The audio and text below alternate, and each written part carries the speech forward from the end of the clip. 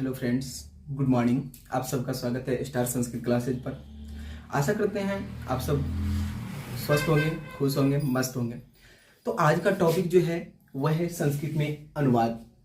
तो अनुवाद के लिए सर्वप्रथम आपको होनी चाहिए क्रिया, साथ ही आपको लट लकार वर्तमान काल का जो क्रिया होता है वह होनी चाहिए।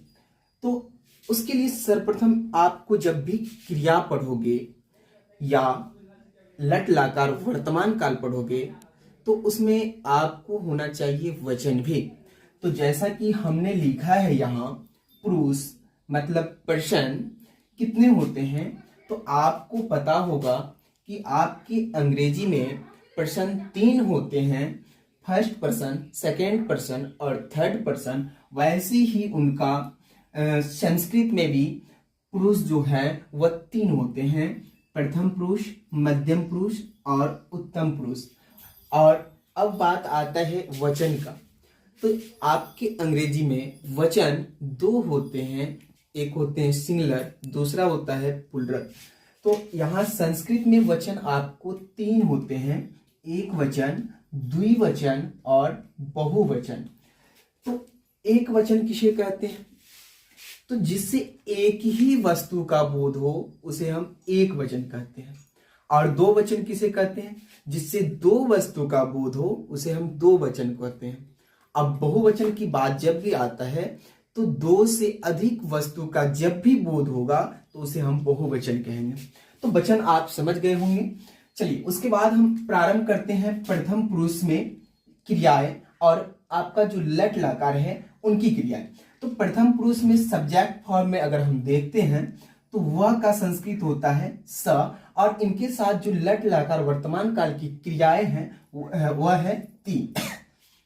उसके बाद है तो, वे दोनों, त, ते, वे लोग, अंति, त्वम, तुम, सी, युवाम, तुम दोनों, थ, युयम, तुम लोग, थ, अहम, मैं, आमी, आवाम, हम दोनों, आव, वयम, हम लोग, आम।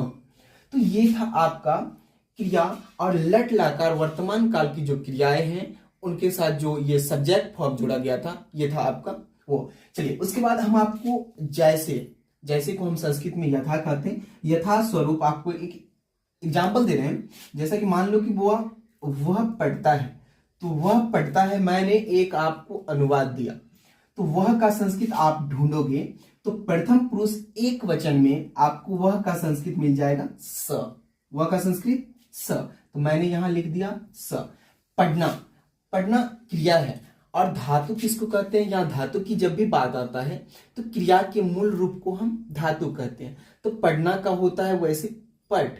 तो पठ जब भी होता है तो मैंने यहां लिख दिया पठ।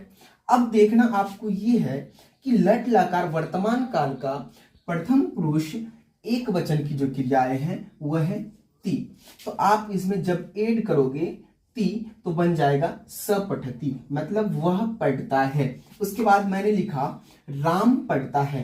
तो बहुत सारे बच्चों का कहना होता है कि सर हमें राम का संस्कृत नहीं होता है।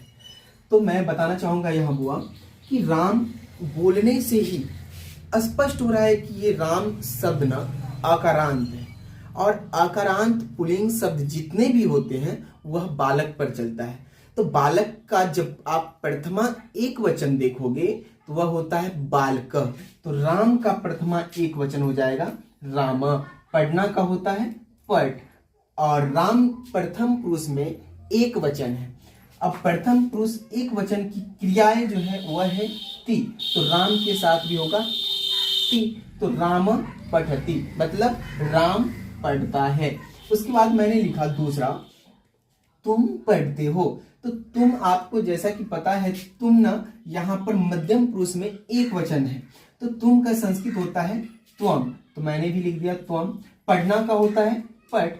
अब तुम के साथ आप लट लकार वर्तमान काल की क्रिया में जाओगे या इसी क्रिया फॉर्म को देखोगे तो क्रिया जो है यहाँ है सी। तो त्वम पठसी, तुम पढ़ते हो। फिर है मैं पढ़ता हूं। तो मैं ना यहाँ आप देख रहे हैं जैसा कि उत्तम पुरुष में एक वचन है, तो मैं का संस्कृत होता है अहम, मैंने भी लिख दिया अहम। उसके बाद ना पढ़ना का होता है पट, और अहम मैं के साथ क्रिया लगता है आमी, तो आकर की मात्रा में, तो अहम पठामी। तो ये था आपका सिंपल अनुवाद। इसके बाद हम आपको एक अनुवाद फिर पुनः बताना चाहता हूं। देखो, जैसा कि हम फिर एक अनुवाद ले लेते हैं, तुम लोग पढ़ते हो, तुम लोग पढ़ते हो। तो अब बताना है आपको कि तुम लोग का संस्कृत क्या होता है। तो तुम लोग का अभी मध्यम पुरुष में तुम शब्द आता है। तो त्वम, तुम, सी, युवाम तुम दोनों, थ, यम तुम लोग, थ। तुम लोग बहुवचन है, तो तुम लोग का संस्कृत होता है यम, तो हम लिख देते हैं यहाँ यम। पढ़ना का जैसा कि आपको पता है पट होता है। अब तुम लोग के साथ क्रिया क्या है, थ, तो आप यहाँ ऐड कर दोगे थ, तो यम पठक। तो ये था सिंपल अनुवाद। तो हेलो फ्रेंड्स, आपसे एक छोटा सा रिक्वेस्ट है कि आप हमारे चैनल को सब्सक्राइब कर, लाइक करें और अपने दोस्तों के साथ शेयर करें। धन्यवाद।